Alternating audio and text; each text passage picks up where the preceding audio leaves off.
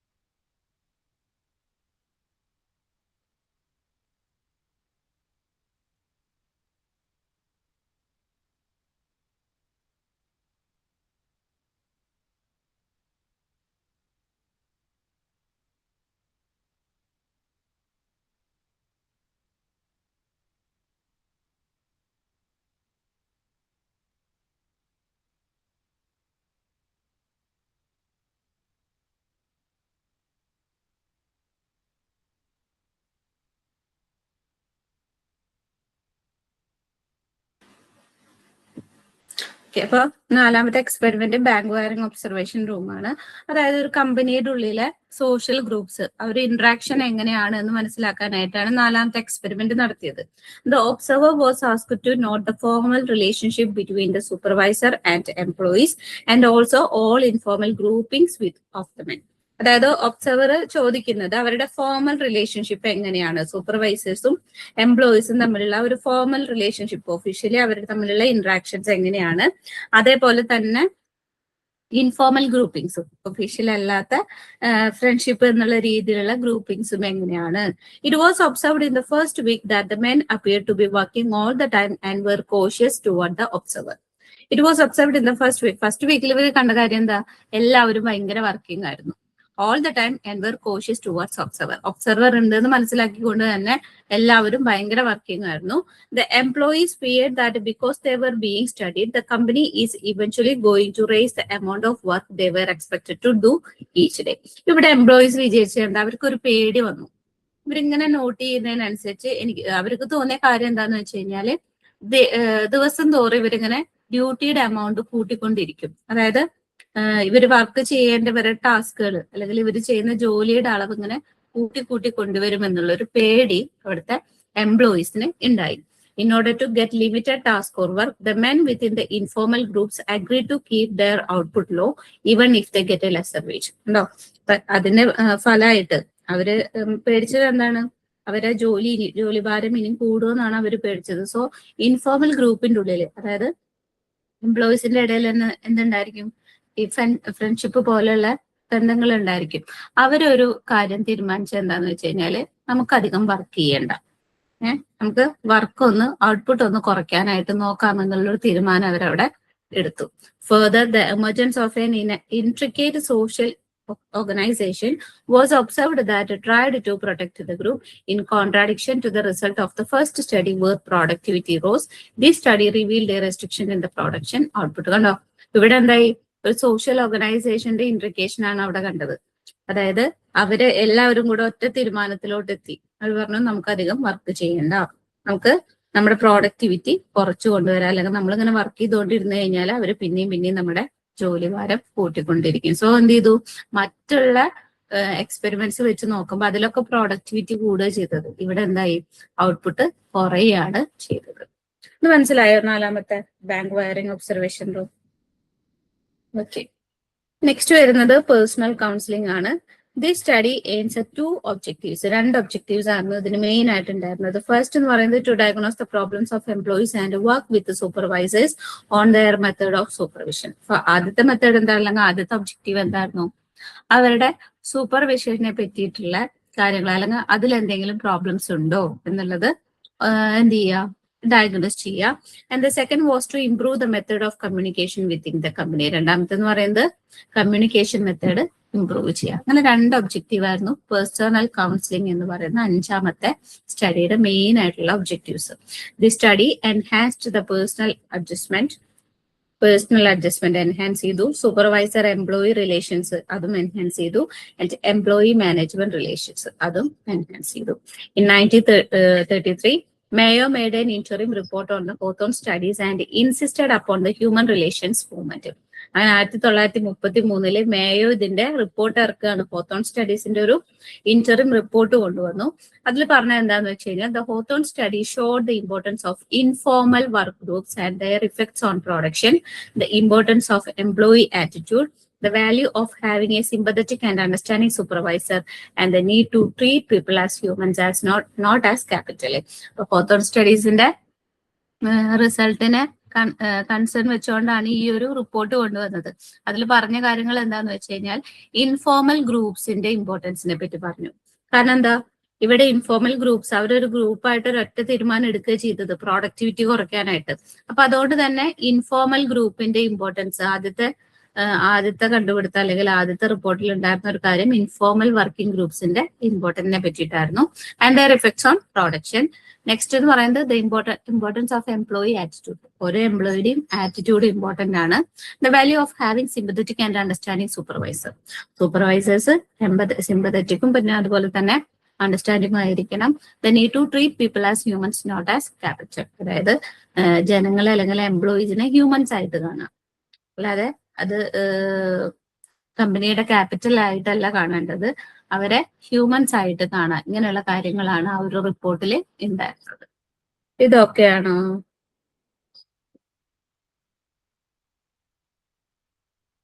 Next വരുന്നത് characteristics of the field of OB today. Characteristics ആണ്. ഒരുപാട് സവിശേഷതകളുണ്ട്. 6 എന്നാണ് തോന്നുന്നത്. 5 അല്ലേ? 3, 4, 5 വരുന്നുണ്ട്. 5 characteristics. OB seeks the betterment of human resources. Human റിസോഴ്സസിനെ മെച്ചപ്പെടുത്തുന്നുണ്ട്. ഫസ്റ്റ് ക്യാരക്ടറിസ്റ്റിക്സ് ആണ് betterment of human resources. In early 20th century, factories were harsh, noisy, and unsafe. Workers were treated like disposable machines, easily replaced due to surplus of labor. 20ാം നൂറ്റാണ്ടിന്റെ ആദ്യത്തിലൊക്കെ നോക്കി കഴിഞ്ഞു കഴിഞ്ഞാൽ factories ഒക്കെ എങ്ങനെയായിരുന്നു? എല്ലാവർക്കും ഭയങ്കര ബുദ്ധിമുട്ടുള്ള ഒരു സാധനമായിരുന്നു. ഭയങ്കര ഹാർഷാണ്, ഭയങ്കര നോയ്സി ആണ്, അൺസേഫ് ആണ്. Workers were treated like disposable machines. അവിടുത്തെ എംപ്ലോയീസിനൊക്കെ ഒരു മെഷീൻ പോലെയാണ് കണ്ടിരുന്നത്, പണിയെടുക്കുക എന്നുള്ളത് മാത്രം. And easily replaced due to the surplus of labour. അപ്പൊ ശമ്പളം തരുന്നില്ലേ, അതിനനുസരിച്ച് പണിയെടുക്കുക. അപ്പൊ അങ്ങനെയായിരുന്നു ഈ എംപ്ലോയീസിനെ കണക്കാക്കിയിരുന്നത്. This management style called theory X by Douglas McGregor assumed that people dislike work, avoid responsibility, and need strict supervision. It led to the distrust, strict rules, and a negative work environment. ഈ ഒരു management സ്റ്റൈലിനെ theory X എന്ന് പറഞ്ഞു. അതായത് theory എക്സിൽ എങ്ങനെയാന്ന് വെച്ച് കഴിഞ്ഞാല് Douglas മെക്ഗ്രിഗർ ആണ് കേട്ടോ തിയറി എക്സ് ആൻഡ് വൈ പറഞ്ഞിട്ടുള്ളത്. അതിൽ തിയറി എക്സിൽ പറഞ്ഞ എങ്ങനെയാന്ന് വെച്ച് കഴിഞ്ഞാല് എംപ്ലോയീസിന് ജോലി ചെയ്യാൻ ഇഷ്ടമില്ല, അവര് ഡിസ്ലൈക്ക് വർക്ക് ഇഷ്ടപ്പെടുന്നില്ല, റെസ്പോൺസിബിലിറ്റീസ് അവോയ്ഡ് ചെയ്യുന്നവരാണ്, അവർക്ക് സ്ട്രിക്റ്റ് ആയിട്ടുള്ള ഒരു സൂപ്പർവിഷൻ കൊടുത്തേ പറ്റുള്ളൂ. അപ്പൊ അങ്ങനെയുള്ള കാര്യങ്ങളൊക്കെ വന്നപ്പോ എന്തായി? ഡിസ്ട്രസിലോട്ട് ലീഡ് ചെയ്തു. സ്ട്രിക്റ്റ് ആയിട്ടുള്ള റൂൾസ് കാര്യങ്ങൾ വന്നു.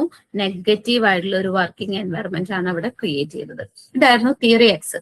ഇനി today many companies follows theory Y.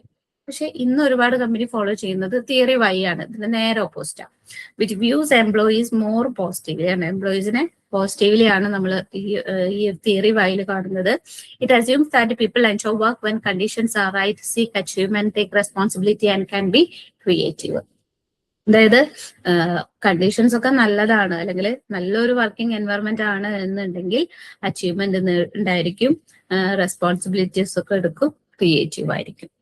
Manager under theory Y aim to build trust, communicate openly, reduce hierarchy gaps, empower employees and involve them in decisions. അപ്പൊ ഈ ഒരു തിയറി വൈയിലുള്ള മാനേജേഴ്സ് ആണെന്നുണ്ടെങ്കിൽ trust build ചെയ്യും, openly communicate ചെയ്യും, hierarchy ഗ്യാപ്പുകളൊക്കെ reduce ചെയ്യും. Hierarchy gap എന്ന് പറയുമ്പോൾ എന്താ, ഓരോ ലെവലായിട്ട് അല്ലെ, ഇപ്പൊ തലപ്പത്തിരിക്കുന്ന മാനേജര്, സൂപ്പർവൈസർ, എംപ്ലോയി അങ്ങനെ ഒരു ഹയറാർക്കി ഉണ്ടായിരിക്കുമല്ലോ. അതിന്റെ ഇടയിലുള്ള ഒരു ഗ്യാപ്പ് ഒന്നും ഉണ്ടായിരിക്കില്ല. ഭയങ്കര ഫ്രണ്ട്ലി ആയിരിക്കും എല്ലാവരുടെ അടുത്തും. And involve them in decisions. എംപ്ലോയീസിനെ അല്ലെങ്കിൽ എല്ലാ ലെവലിലുള്ള ആളുകൾ എന്ത് ചെയ്യും, ഡിസിഷൻസിൽ ഇൻവോൾവ് ആക്കും. This modern approach focuses on developing employee skills. അപ്പൊ ഈ ഒരു മോഡേൺ അപ്രോച്ച് എന്തിലൊക്കെയാണ് ഫോക്കസ് ചെയ്യുന്നത്?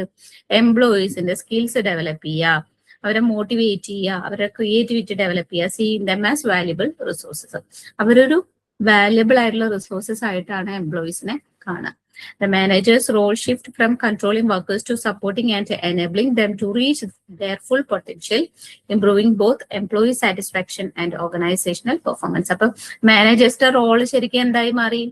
വർക്കേഴ്സിനെ കൺട്രോൾ ചെയ്യുക എന്നുള്ളതിൽ നിന്ന് മാറി അവരെ സപ്പോർട്ട് ചെയ്യുക, അവരുടെ ഫുൾ പൊട്ടൻഷ്യൽ എത്താൻ വേണ്ടിയിട്ട് അവരെ ഹെൽപ്പ് ചെയ്യുക, എനേബിൾ ചെയ്യുക, ആ ഒരു റോളായി മാനേജേഴ്സിന്റെ. അങ്ങനെ എംപ്ലോയി സാറ്റിസ്ഫാക്ഷനും ഓർഗനൈസേഷണൽ പെർഫോമൻസും ഇംപ്രൂവ് ചെയ്തു. ഓക്കെ, ഇതാണ് ബെറ്റർമെന്റ് ഓഫ് ഹ്യൂമൻ റിസോഴ്സസ്. അതായത് തിയറി എക്സിന്റെ കാര്യം പറയാം, ഭയങ്കര ഹാർഷ് ആയിട്ടുള്ളൊരു മെത്തേഡ് ആയിരുന്നു. ഇപ്പൊ ഒരുപാട് കമ്പനീസ് തിയറി വായി ഫോളോ ചെയ്യുന്നു. അപ്പൊ അതിലെ മാനേജേഴ്സിന്റെ കാര്യങ്ങൾ പറയാം, അപ്പൊ അതുകൊണ്ടുള്ള ബെനിഫിറ്റും ലാസ്റ്റ് പറയാം. ഓക്കെ, മനസ്സിലായോ? ടെക്സ്റ്റിനകത്തൊരു ബോക്സ് ഇല്ലേ? ടെക്സ്റ്റിന് ബോക്സോ? ടെക്സ്റ്റ് ഇത് വേണ്ട, നമുക്ക് ക്യാരക്ടറിസ്റ്റിക്സ് ആയിട്ട് ചോദിച്ചു കഴിഞ്ഞാൽ നമ്മൾ ഈ 5 എണ്ണം എഴുതണം. അപ്പൊ എനിക്ക് തോന്നുന്നു ഞാനിത് ടെക്സ്റ്റിലുള്ള നോട്ടല്ല ഇട്ടിരിക്കുന്നത്. ബോക്സ് വേണ്ട കേട്ടോ. ഞാൻ ടെക്സ്റ്റിലുള്ള നോട്ടല്ല ഇത് ഇട്ടിരിക്കുന്നത്, അത് ഭയങ്കര വലുതാ. നോക്കി നോക്കട്ടെ. കുറെ ഉണ്ട്, ഞാനത് മാറ്റി ഇട്ടിട്ടുണ്ടായിരുന്നു. ഒരു മിനിറ്റ് കേട്ടോ, ഞാൻ ടെക്സ്റ്റ് ഒന്ന് നോക്കാം. ഇത് വേണമെന്നില്ല, കാരണം നമുക്ക് ക്യാരക്ടറിസ്റ്റിക്സ് ചോദിച്ചു കഴിഞ്ഞു കഴിഞ്ഞാൽ നമുക്ക് ഈ ഒരു 5 എണ്ണം എഴുതിയാൽ മതി.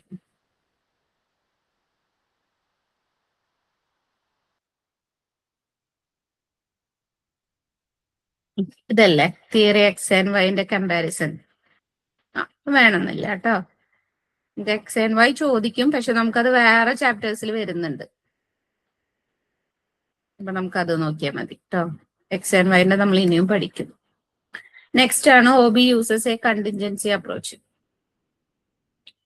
The contingency approach in organizational behavior says there is no single best way to manage our work. അതായത് ഒരൊറ്റ വഴിയില്ല, ഒരു ബെസ്റ്റ് വേ എന്ന് പറയുന്നില്ല. നമ്മൾ ഇന്നലെ പറഞ്ഞ പോലെ തന്നെ ടൈലേഴ്സിന്റെ അപ്രോച്ചിൽ എങ്ങനെയായിരുന്നു, 1 ബെസ്റ്റ് വേ ആയിരുന്നു.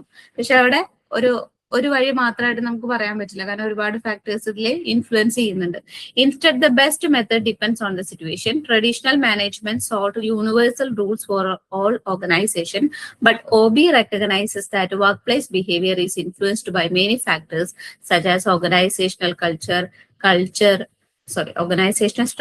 culture, relationships, lifestyle and personal differences. കണ്ടോ, ഇപ്പൊ ട്രഡീഷണൽ മെത്തേഡ് എങ്ങനെയായിരുന്നു? ഒരുപാട് യൂണിവേഴ്സൽ റൂൾസ് ആണ്, അതായത് എല്ലാ ഓർഗനൈസേഷനും ഒരുപോലെയാണ്, എല്ലാതും ഒരേ രീതിക്കാണ് വർക്ക് ചെയ്യേണ്ടത്. എംപ്ലോയീസിനോട് എല്ലാവരും, എല്ലാ ഓർഗനൈസേഷൻസ് അല്ലെങ്കിൽ എല്ലാ കമ്പനികളും ഒരേപോലെ. അപ്പൊ ഒരു യൂണിവേഴ്സൽ റൂൾ ആയിരുന്നു. പക്ഷെ OB അത് മനസ്സിലാക്കി. OB മനസ്സിലാക്കിയാൽ എന്താ? Work place behaviour is influenced by many factors. ഒരു ഫാക്ടർ അല്ല, മെനി ഫാക്ടേഴ്സ് ഉണ്ട്. So organisational structure, culture, relationship, life style, personal differences, ഇതൊക്കെ എന്ത് ചെയ്യുന്നുണ്ട്? വർക്ക് പ്ലേസ് ബിഹേവിയറിനെ ഇൻഫ്ലുവൻസ് ചെയ്യുന്നുണ്ട്. അപ്പൊ ഒരു നല്ലൊരു ബെസ്റ്റ് വേ എന്ന് നമുക്ക് പറയാനായിട്ട് പറ്റില്ല, കാരണം ഓരോ ഓർഗനൈസേഷനിലും ഈ പറയുന്ന കാര്യങ്ങളൊക്കെ എന്തായിരിക്കും? ഡിഫറെന്റ് ആയിരിക്കും. For example, 2 employees under the same boss may react differently to stress due to health, support system or personality. ശരിയാണ് അല്ലെ? 2 എംപ്ലോയീസ്, ഒരേ ബോസിന്റെ അണ്ടറിലുള്ള 2 എംപ്ലോയീസ് ചിലപ്പോൾ 2 രീതിയിലായിരിക്കും സ്ട്രെസ്സിനോട് റിയാക്ട് ചെയ്യുന്നത്. കാരണം എന്താ? അവരുടെ ഹെൽത്തും സപ്പോർട്ട് സിസ്റ്റവും പേഴ്സണാലിറ്റി ഒക്കെ എന്താണ്? ഡിഫറെന്റ് ആണ്. But this approach uses if A and then B under condition C thinking, meaning actions should match specific situations. അപ്പൊ ഈ ഒരു അപ്രോച്ച് പറയുന്നത് എന്താ? എയും ബിയും എന്തില്ല? സി തിങ്കിങ്, അതായത് എയും ബിയും ചിന്തിക്കുന്ന കാര്യം ചിലപ്പോൾ എന്തായിരിക്കും?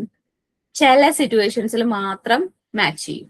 ഇപ്പൊ എയും ബിയുടെയും കാര്യം പറഞ്ഞു. എ എന്ന് പറയുന്ന ഒരാള്, ബി എന്ന് പറയുന്ന ഒരാള് സി എന്ന് പറയുന്ന ഒരു സിറ്റുവേഷനെ കുറിച്ച് ചിന്തിക്കുന്നത് മിക്കവാറും വ്യത്യാസമായിട്ടായിരിക്കും. പക്ഷെ should match specific situations. Specific സിറ്റുവേഷൻസിൽ എന്തായിരിക്കും, ചിലപ്പോ മാച്ച് ചെയ്യും. അപ്പൊ understanding these differences helps managers apply the right practices for different people and circumstances.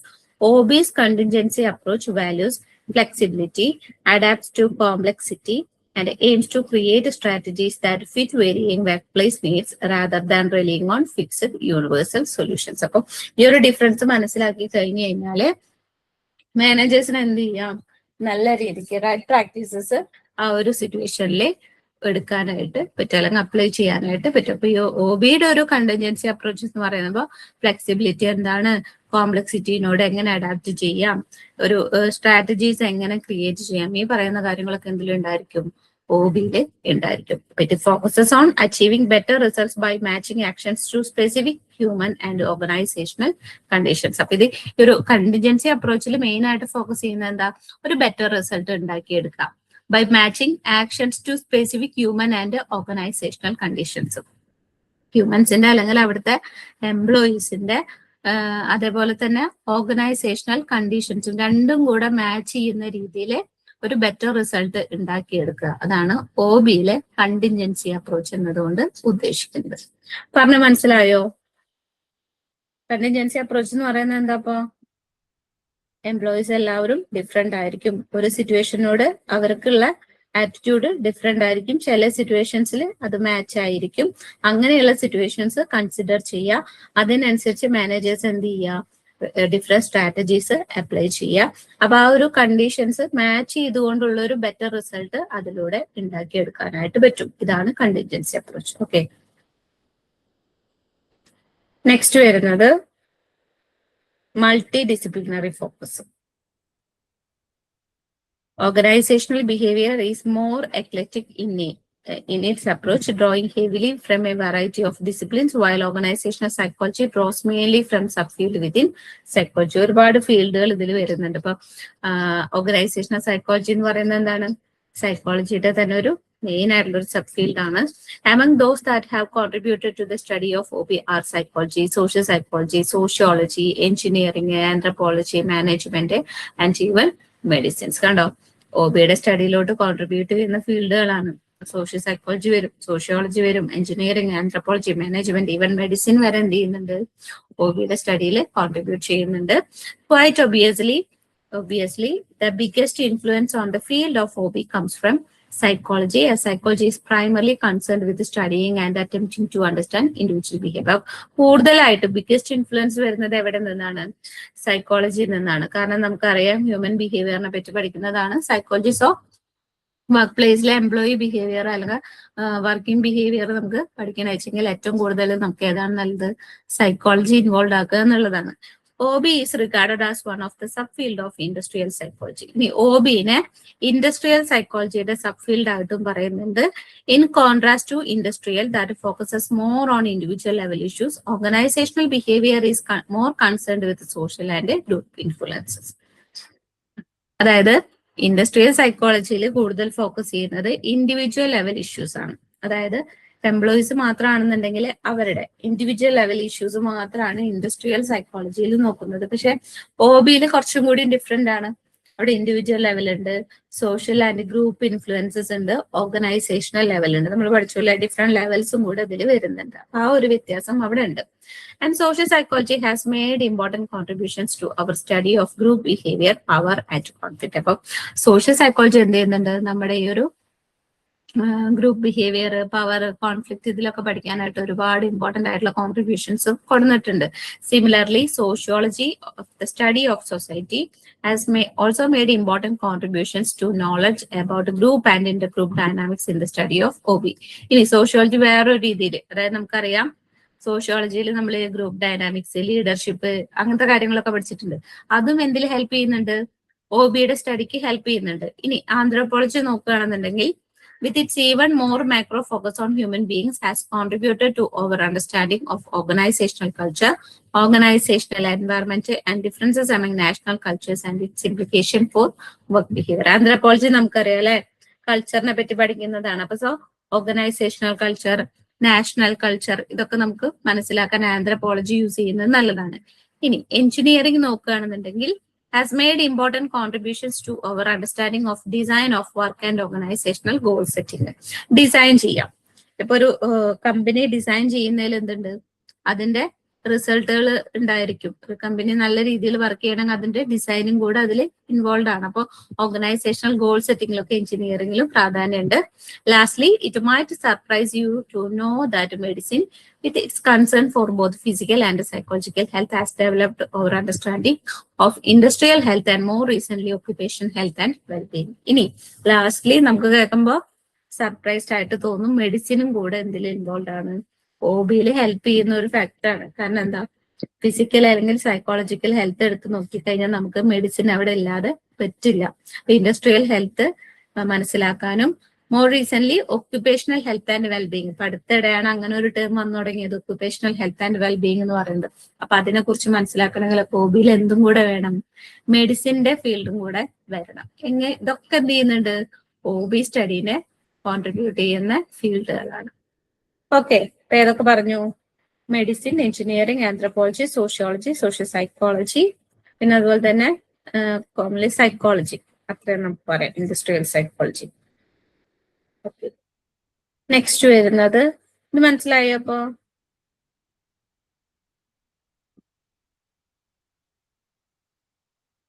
OB recognizes organizations and open system. ഇനി അടുത്തതൊരു ഓപ്പൺ സിസ്റ്റം ആയിട്ടാണ് ഓർഗനൈസേഷനെ കാണുന്നത്.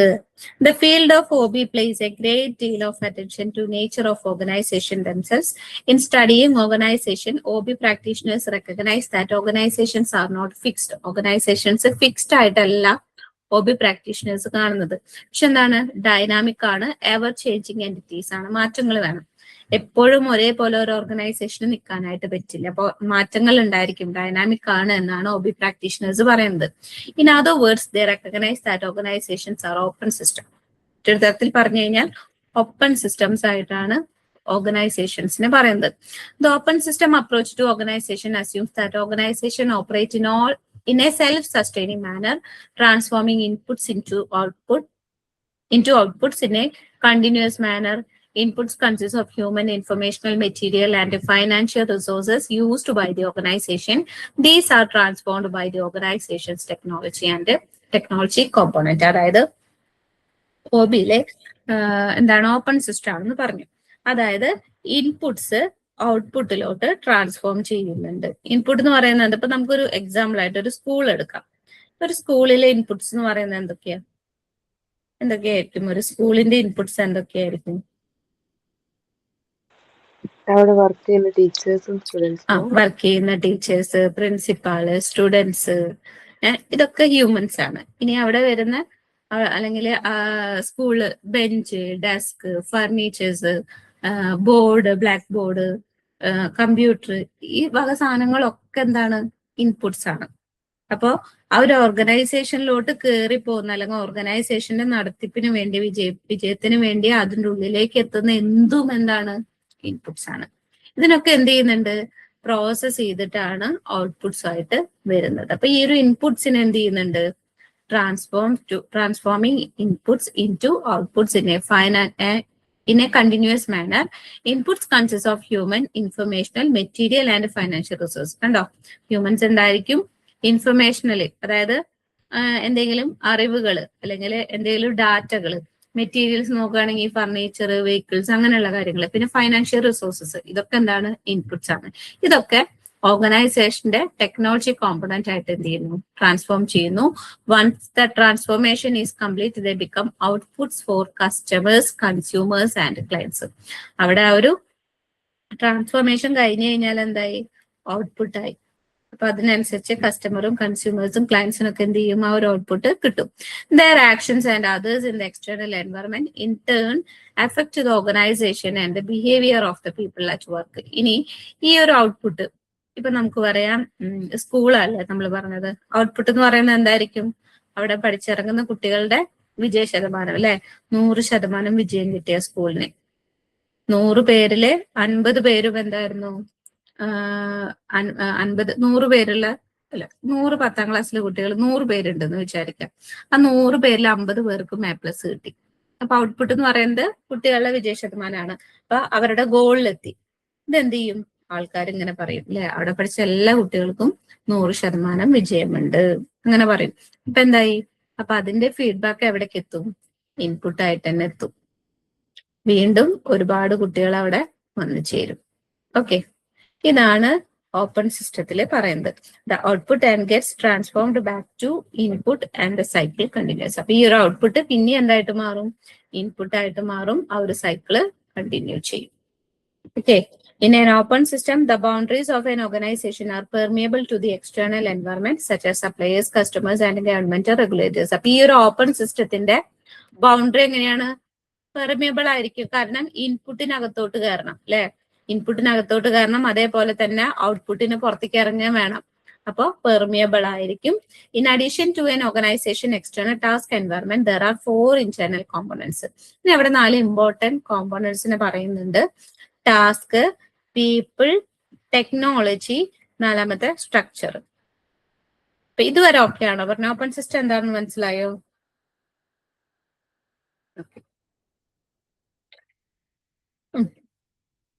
ടാസ്ക് എന്ന് പറയുന്നത് an organization's missions, purpose or goal for setting.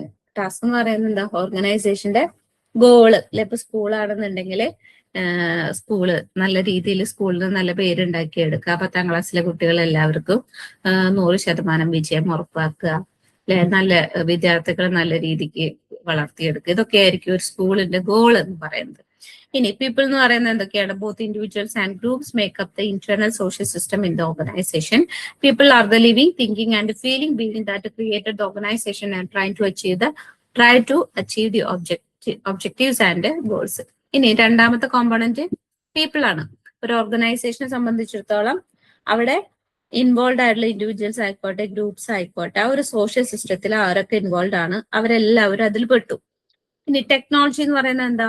imparts the physical and economic conditions within which people work. It comprises a wide range of tools, knowledge, or techniques used to transform inputs to output. Technology എന്ന് പറയുന്നത് ഇൻപുട്ടിനെ output ആക്കി മാറ്റാൻ എടുക്കുന്ന എന്തും നമുക്ക് എന്താണെന്ന് പറയാം? ടെക്നോളജി ആണെന്ന് പറയാം. ഇപ്പോൾ ടീച്ചിങ് മെത്തേഡ്സ് അല്ലെങ്കിൽ പഠിപ്പിക്കുന്ന എന്താണ്, ഒരു കമ്പ്യൂട്ടറിൽ പഠിപ്പിക്കുകയാണെങ്കിൽ ആ ഒരു പഠിക്കുന്ന ടെക്നോളജി, അല്ലെങ്കിൽ അതിന് യൂസ് ചെയ്യുന്ന ഉപകരണങ്ങൾ, ഇതൊക്കെ എന്താണ്? ടെക്നോളജിയിൽ പെടുത്താം. Next structure. Structure defines the formal relationship and use of people in the organization.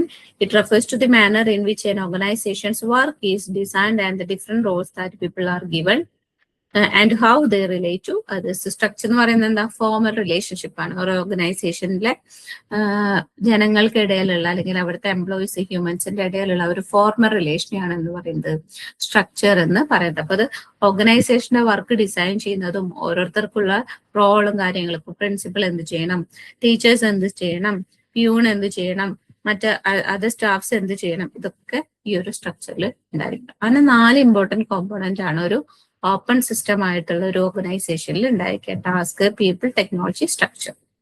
Okay ആണോ അത്?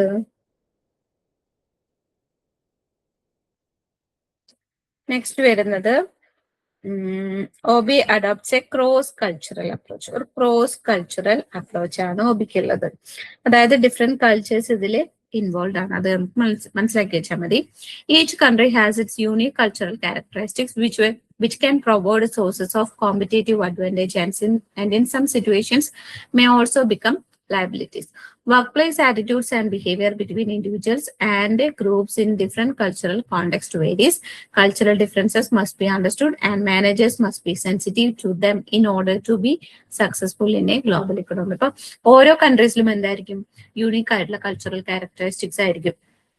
നമ്മളെപ്പോഴും പറയാറുള്ള പോലെ നമ്മുടെ ഇവിടെ ഇന്ത്യൻ കൾച്ചറിലും ആയിരിക്കില്ല വേറൊരു രാജ്യത്ത് പോയി കഴിഞ്ഞു കഴിഞ്ഞാൽ. അപ്പൊ അവരുടെ രാജ്യത്തിന് അവരുടേതായിട്ടുള്ള ക്യാരക്ടറിസ്റ്റിക്സ് ഉണ്ടായിരിക്കും. അപ്പൊ വർക്ക് പ്ലേസ് ആറ്റിറ്റ്യൂഡ്സും ബിഹേവിയറും എടുത്ത് നോക്കുകയാണെന്നുണ്ടെങ്കിൽ ഡിഫറെന്റ് ആയിരിക്കും അല്ലെ.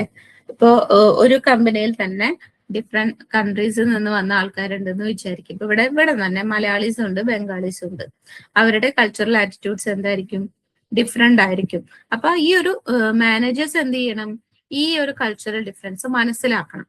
അതിനോട് must be sensitive to them in order to be successful in a global economy. ഇപ്പൊ ഒരു ഗ്ലോബൽ ഇക്കണോമിയിൽ ഈ ഒരു ഓർഗനൈസേഷനെ മെയിൻറ്റെയിൻ ചെയ്ത് പോകണം എന്നുണ്ടെങ്കിൽ മാനേജേഴ്സ് എന്ത് ചെയ്യണം? ഈ ഒരു കൾച്ചറൽ ഡിഫറൻസസ് എന്താണെന്ന് ശരിക്കും മനസ്സിലാക്കണം. Herkovitz designated culture as the man-made part of the environment. Culture is a multifaceted concept comprising an outer layer of artifacts and products. Next ഒരു മിഡിൽ ലെയർ വരുന്നുണ്ട്. അപ്പൊ ഔട്ടർ ലെയർ എന്ന് പറയുമ്പോൾ എന്താ? ആർട്ടിഫാക്ട്സ് ആൻഡ് പ്രോഡക്ട്സ് ആണ്, അതായത് language, climate, dress, food etcetera. ഇനി middle layer ഉണ്ട്, expressive values and norms and attitudes and behaviour. കുറച്ചും കൂടി ഉള്ളിലേക്കുള്ളത്. പുറമേ നിന്ന് കാണുമ്പോൾ ഇപ്പൊ ഔട്ടർ ലെയറിൽ പറയുമ്പോൾ എന്താ? നമ്മൾ ധരിക്കുന്ന ഡ്രസ്സുകള്, നമ്മുടെ ഓർണമെന്റ്സ് അല്ലെ, ഓരോ കൾച്ചറിലും ഡിഫറെന്റ് ആയിരിക്കും. മിഡിൽ ലെയർ എന്ന് പറയുമ്പോൾ നമ്മുടെ ബിഹേവിയർ, ആറ്റിറ്റ്യൂഡ്, അങ്ങനെയുള്ള കാര്യങ്ങൾ. കോർ ലെയർ എന്ന് പറയുമ്പോൾ that relates to the deepest assumptions concerning people and nature held by a particular society. For example, how people see themselves, public versus private space etcetera. ഇപ്പൊ ചില രാജ്യങ്ങളില് ഈ ഹഗ്ഗിങ്ങും കിസിങ്ങും ഒക്കെ കോമൺ ആയിരിക്കും. പിന്നെ അതുപോലെ തന്നെ നമ്മൾ ഡിസോർഡേഴ്സിൽ പഠിച്ച പോലെ അവരെ ആൽക്കഹോൾ കൺസപ്ഷൻ ഒക്കെ അവർക്ക് കോമൺ ആയിട്ടുള്ള ഒരു ഡെയിലി റൂട്ടീൻ പോലത്തെ ഒരു കാര്യമായിരിക്കും. പക്ഷെ ചില രാജ്യങ്ങളിൽ എന്തായിരിക്കും? അത് ഡിഫറെന്റ് ആയിരിക്കും. അപ്പൊ കോർ ലെയറും ഉണ്ട്. അപ്പൊ outer layer, middle layer, core layer എന്നുള്ള രീതിയിൽ കൺട്രീസിലുള്ള കൾച്ചേഴ്സും എന്താണ്? ഡിഫറെന്റ് ആയിരിക്കും. A cross cultural approach to OB is thus recommended strongly. അപ്പൊ അതുകൊണ്ട് തന്നെ ഒരു ക്രോസ് കൾച്ചറൽ അപ്രോച്ച് OB-യിൽ നിർബന്ധമാണ്. കാരണം എന്താ? ഡിഫറെന്റ് കൾച്ചേഴ്സ് ഒരു OB-യില് അല്ലെങ്കിൽ OB-യിൽ അല്ല ഒരു ഓർഗനൈസേഷനിൽ ഉണ്ടായിരിക്കും. സോ നമ്മൾ എന്ത് ചെയ്യണം? അതും കൂടെ കൺസിഡർ ചെയ്യണം. ഇതൊക്കെയാണ് പറഞ്ഞേ. ഇപ്പൊ നമ്മുടെ ഈ ഒരു ചാപ്റ്റർ കഴിഞ്ഞു.